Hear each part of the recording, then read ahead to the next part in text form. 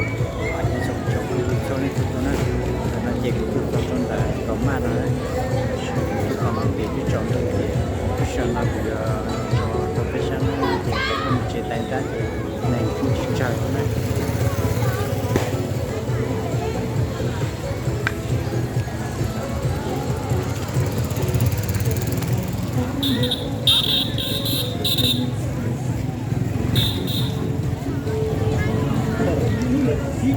hấp dẫn.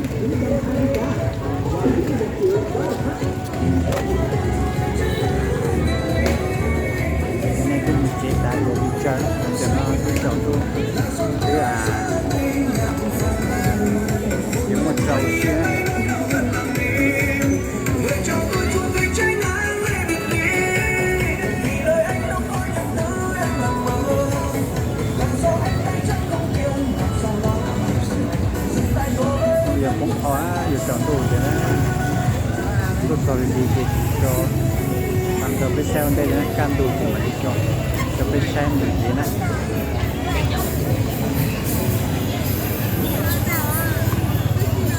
cho mà là cái ăn tàu xa là liền á họ biết xem tao lo về kia thì chơi mình tiếp mình rồi chống cha sẽ trông thế này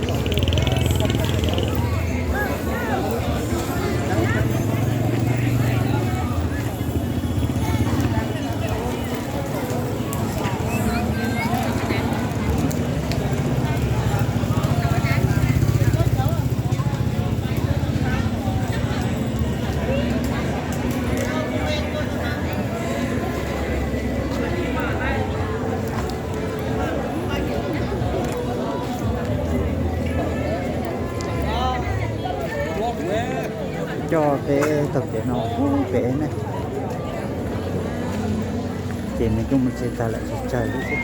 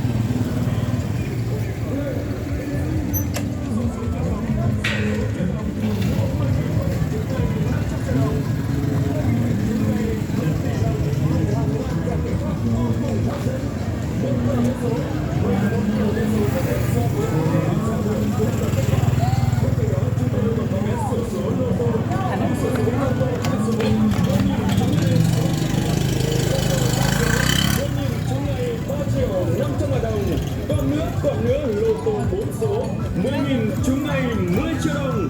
Vâng, 10 triệu đồng, 10 triệu đồng khi mua vé lô tô 4 số. đặc biệt hơn nữa, chúng ta hãy tham gia mua vé xổ số biết kết quả ngay. Xổ số Bắc, xổ số Cào đây. Cào này trúng thưởng liền tay. Quý khách hàng còn chần chờ gì nữa? Hãy nhanh chân đến với vé số của công ty xổ số Phoenix Sơn La để trở thành những khách hàng may mắn nhất hôm nay.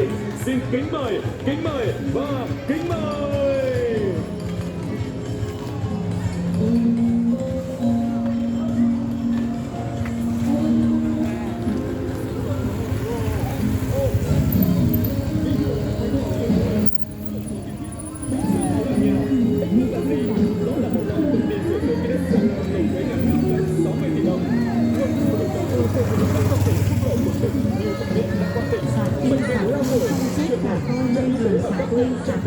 Bên cạnh đó thì công tác an sinh xã hội và ủng hộ các quỹ từ thiện của công ty lên tới hàng tỷ đồng mỗi năm. Còn là nhà thì quý vị đã biết, chúng giải đặc biệt thì là một niềm vui mà ai cũng mong muốn, đúng không ạ? 10.000 có thể trúng ngay 500 triệu đồng, 20.000 có thể trúng ngay 1 tỷ đồng. Vâng, chỉ cần một vé có thể trúng ngay 1 tỷ đồng. Vâng, kính quý vị, từ đầu năm đến giờ, công ty xổ số Phoenix Sơn La đã 5 lần, 5 lần trúng giải đặc biệt và đã trao thưởng 1 tỷ đồng cho khách hàng may mắn tham gia mua vé. Một năm với rất nhiều may mắn với người Sơn La yêu chúng ta.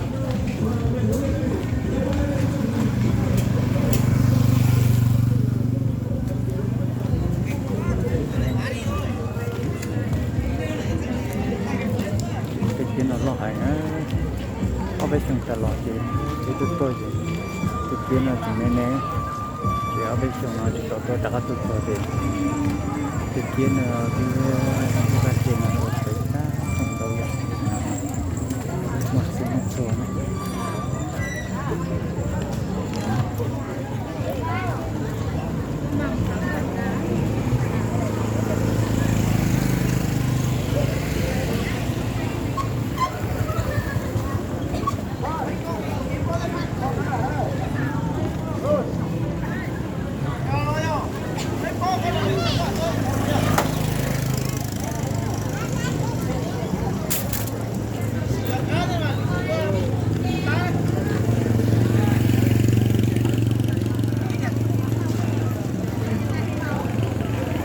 Tí giờ thổ tròn tu á, không một chế tay ra nè, đang chơi nó vậy nè.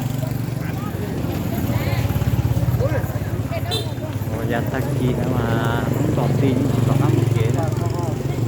Đợn lý cho nó chế tí đấy chế nhưng mà tí chắc chế nó chỉ một hộp chỉ mua nè, cần rồi nè.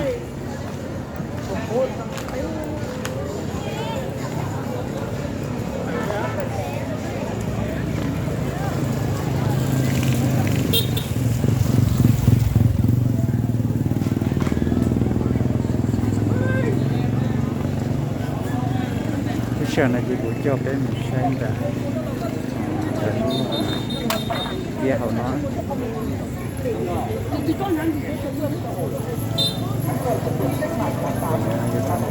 trầu này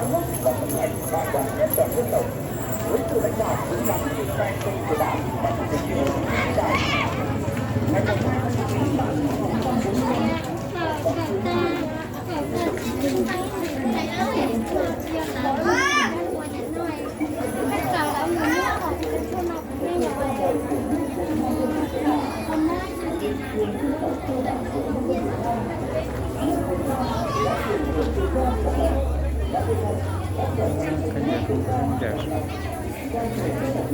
chưa dạng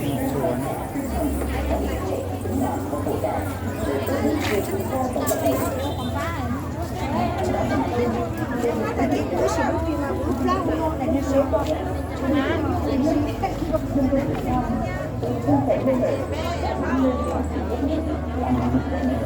kia cái kia nha tròn đẳng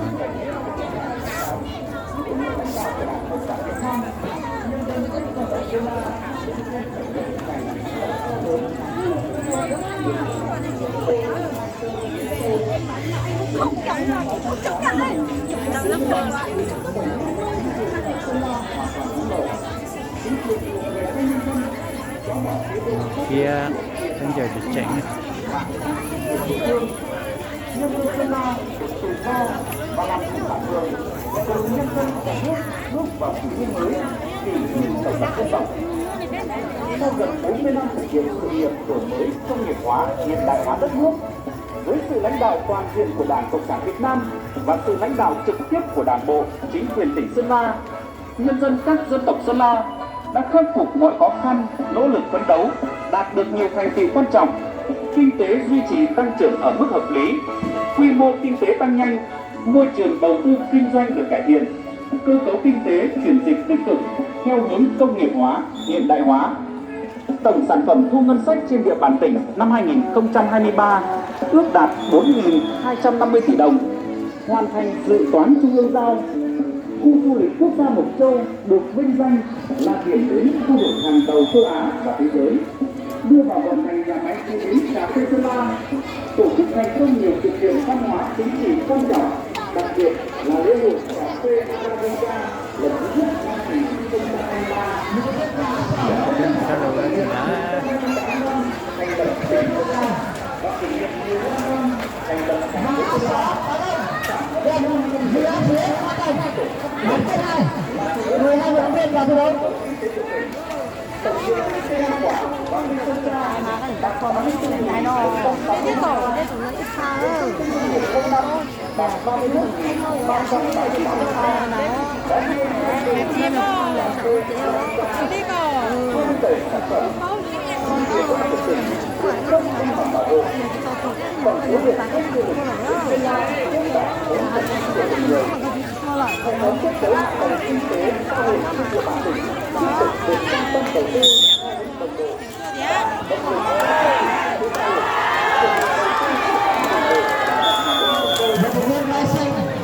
Tổ chức cả các đối thắng của Hồ Chí Minh.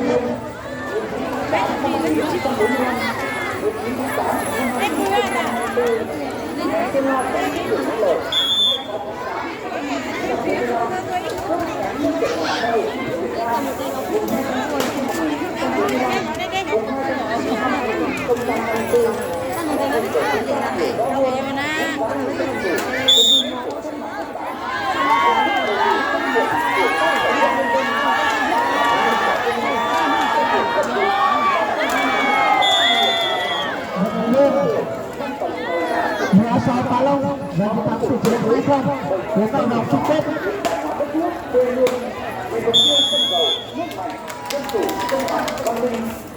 Kế thừa và phát huy tinh thần của cách mạng tháng 8 và tốt phát triển các phong trào, chính quyền nhân dân các dân tộc Vận động viên vừa áp phía cho bằng sẽ phải mang đồng hành toàn diện công cuộc đổi mới, tiếp tục con đường cách mạng vinh quang và phục vụ linh mục Đảng ta và dân tộc ta theo lựa chọn, góp phần hoàn thành các mục tiêu nhiệm vụ phát triển kinh tế, văn hóa xã hội, quốc phòng an ninh hạng cân 60-50 gram thế để ba và mở đấu long hẹ đai xanh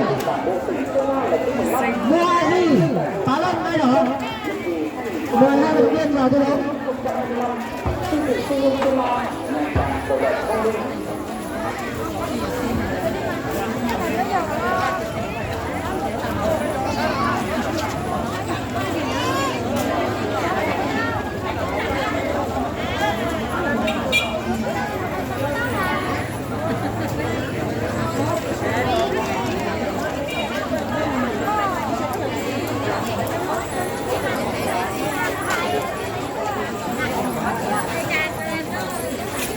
Hai vận động viên Lò Văn Nhất, Long Hẹ, Quang Văn Cường, Long Hẹ chuẩn bị đánh trận chung kết.